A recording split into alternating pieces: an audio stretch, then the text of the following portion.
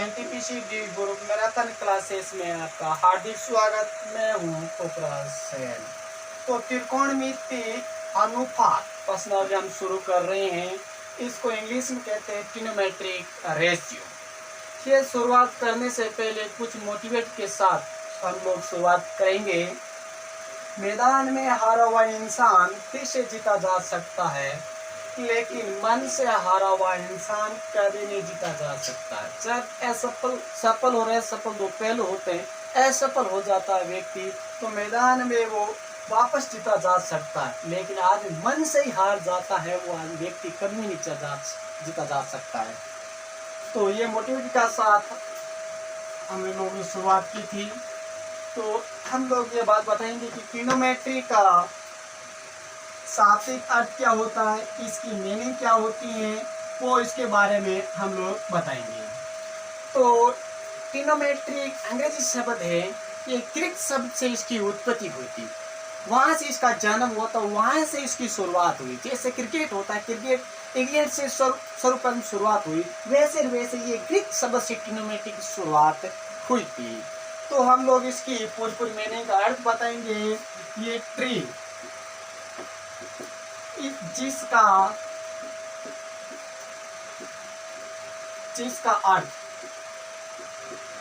अर्थ है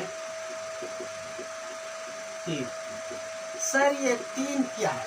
इसका ट्री, इसका मतलब क्या होता है? जैसे मैं एक समकोण त्रिभुज बनाऊंगा, ये समकोण त्रिभुज है, इसमें तीन भुजा 1 2 3, इसी कारण से इसको तीन नाम से, ट्री के नाम से भी जाना जाता है। अगला शब्द रहेगा मेरा गौन, जिसका अर्थ है माप। सर ये माप क्या होता है? माप ये होता है, समकोण त्रिभुज है, इस समकोण त्रिभुज में ये मेरी भुजा कर्ण है, ये मेरी भुजा आधार है, ये भुजा मेरी लंब। इसका माप जैसे कर्ण 5 सेमी, आधार 4 सेमी, लंब 3 सेमी, इस माप को ही इसको माप कहते हैं, गौण इसका अर्थ होता है। अब आप चर्चा करेंगे इसकी मैट्रिक्स। जिसका अर्थ है भुजा। सर ये भुजा क्या होती है? इस भुजा के बारे में बताएं। ये भुजा, एक भुजा, दो भुजा, तीन भुजा। अतः हम ये भी जानते हैं कि समकोण के तीन भुजा होती है, अर्थात जितनी भुजा होगी उतनी इसकी स्मित रेखा होती है, हम ये भी जानते हैं। तो ये इसकी जो बेसिक फंडामेंटल था, इसकी बेसिक थी, ये चीजें हम लोगों ने बताने की कोशिश की थी। अब इसकी त्रिकोणमिति की परिभाषा बताएंगे। परिभाषा क्या है? त्रिभुज में कोणों और भुजाओं के बीच के संबंध को ही त्रिकोणमिति कहते हैं। सर ये कैसे कोण और भुजा, इस के बीच में रिलेशन क्या है, कैसे संबंध होता है, उस संबंध के बारे में बताइए। जैसे हम जानते हैं कि समकोण त्रिभुज है, ये समकोण त्रिभुज के 90 डिग्री कोण है, बाकी जो दो कोण बचा वो 45 डिग्री होगा, ये भी 45 और ये भी 45। अतः हम ये भी जानते हैं कि समकोण के कोणों का योग 180 डिग्री होता है। ये 45 + 45 90 डिग्री और 90 + 90 180 डिग्री होते हैं समकोण त्रिभुज कोणों का योग। अब इसमें प्राचीन खगोलीय विधि का उपयोग किया जाता था। सूर्य और तारों, ग्रहों के बीच की दूरी को मापने के लिए इस ट्रिग्नोमेट्री का उपयोग के रूप में लेते थे, लेकिन आधुनिक रूप में इसकी इंजीनियरिंग और भौतिक विज्ञान के रूप में इस जो ट्रिग्नोमेट्री का उपयोग किया जाता है। तो अब हम चर्चा करेंगे पाइथागोरस प्रमेय। पाइथागोरस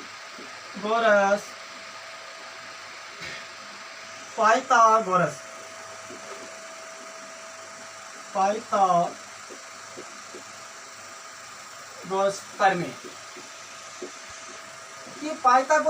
क्या है? दो भुजाओं के वर्गों का योग तीसरी भुजा वर्गों का योग के बराबर होता है। यही पाइथागोरस प्रमेय होती है, यही साइंटिस्ट पाइथागोरस प्रमेय के रूप में बताया था। अब ऐसे मैं एक समकोण त्रिभुज बनूंगा, ये मेरा कोई समकोण त्रिभुज है। अब आपकी दो भुजाओं के वर्गों का योग तीसरी भुजा वर्गों का योग के बराबर होता है, यही पाइथागोरस प्रमेय की होती है। अब वो कैसे, जैसे कर्ण, ये तीन प्रमेय है, कर्ण स्क्वायर बराबर आधार स्क्वायर प्लस लंब स्क्वायर। अब सर ये प्लस कैसे आता है, इस प्लस के बारे में बताइए। प्लस ये हम जानते हैं कि ये कोण जो परपेंडिकुलर 90 डिग्री कोण है, और बाकी जो आपने बोला था कि ये 45 डिग्री है और ये भी 45 डिग्री है, तो ये कोण 90 डिग्री कोण है। इसका सामने वाली जो भुजा है वो सबसे बड़ी होगी और उसका नाम होगा कर्ण। ये भुजा होगी कर्ण, क्यों, सबसे कोण बड़ा होने के कारण ये सामने वाली भुजा होगी वही बड़ी होगी, इसी कारण से ये प्लस आता है। दूसरी पर में आधार मुझे ज्ञात करना, आधार स्क्वायर बराबर कर्ण स्क्वायर माइनस लंब स्क्वायर। अब सर ये माइनस क्या था, इस माइनस के बारे में बताएं, क्योंकि ये कोण 45 डिग्री कोण है, ये 45 कोण 90 से कम न्यून कोण होने के कारण इसी कारण से माइनस आता है। अब मुझे लंब स्क्वायर बराबर कर्ण स्क्वायर माइनस आधार स्क्वायर, इसी माइनस सेम पोजीशन होने माइनस न्यून कोण 45 कोण होने के कारण इसका माइनस आता है। यही पाइथागोरस प्रमेय थी, इस वैज्ञानिक ने यही बात इसके बारे में बोला था। अब हम लोग नेक्स्ट चर्चा करेंगे कि त्रिकोणमिति व्युत्क्रमणपाती, उसके बारे में करेंगे चर्चा हम लोग। व्युत्क्रमणपाती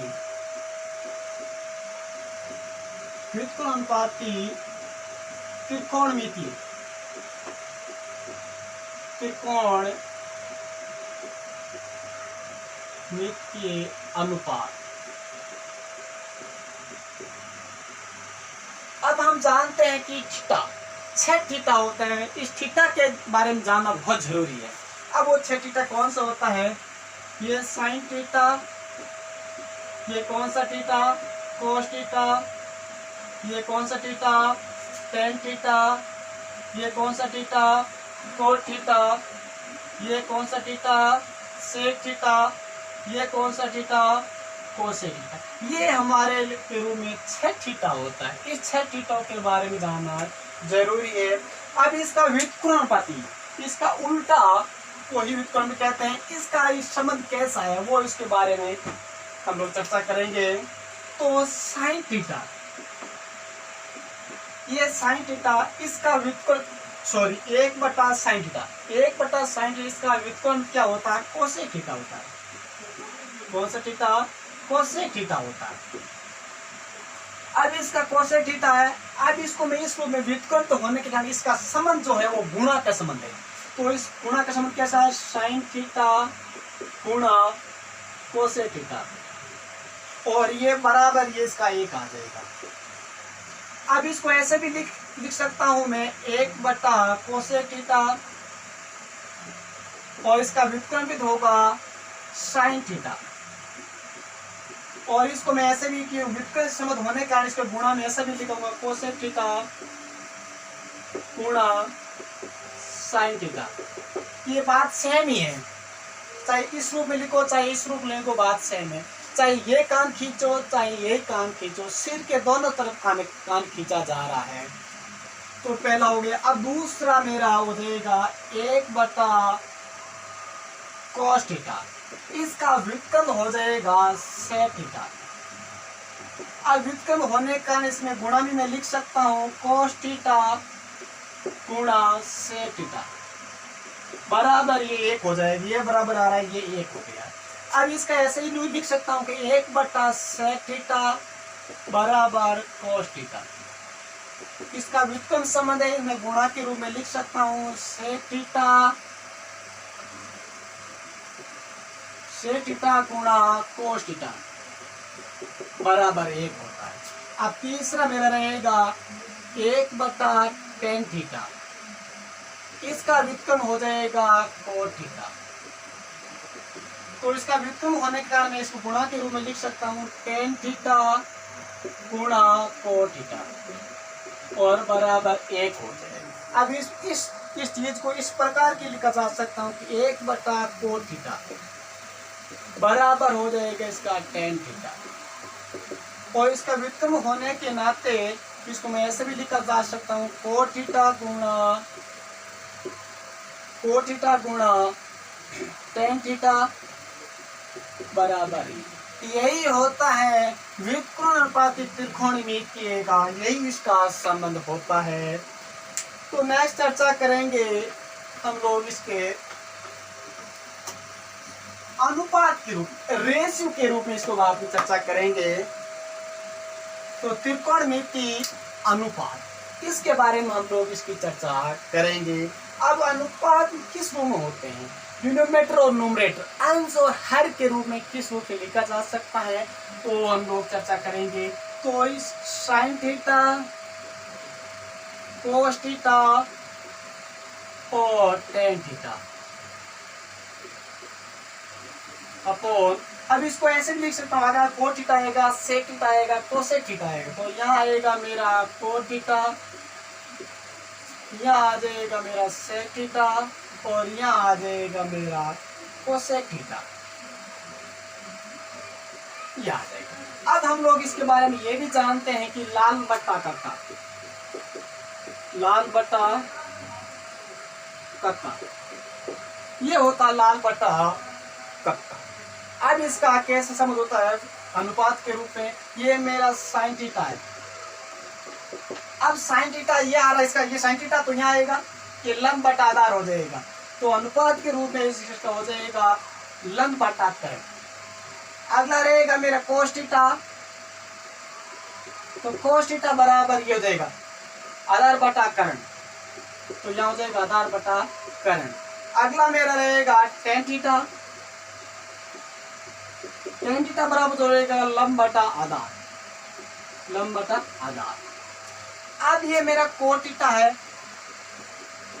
अब हम ये भी जानते हैं कि कोस थीटा का व्युत्क्रम टेन थीटा होता है, तो इसका मैं टेन थीटा को उल्टा कर दूंगा तो क्या हो जाएगा, ये ऊपर जाएगा आधार हो जाएगा, नीचे आ जाएगा तो लंब हो जाएगा। या इसको ऐसे भी लिख सकते हो कि आप कि आधार बटा लंब इसको लिख सकते हो, तो क्या हो जाएगा आधार बटा लंब हो जाएगा। अब मेरा रहेगा सेक थीटा, सेक थीटा ये सेक थीटा है, तो ये कोस थीटा का व्युत्क्रम होता है, तो यहाँ हो जाएगा इसको करण, करण बटा आधार।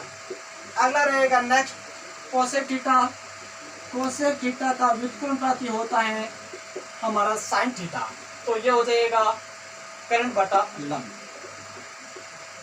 यही इसका न्यूमरेटर और डिनोमिनेटर के रूप में इसका संबंध होता है। हर और अंश के अनुपात के रूप में ये कैसा के रूप में लिखा जा सकता है। अगला दो जो सूत्र है फॉर्मूला, उसके बारे में हम लोग चर्चा करेंगे कि टेन थीटा होता है, टेन थीटा बराबर साइन थीटा बटा कोस थीटा, और एक और फॉर्मूला होता है कोस थीटा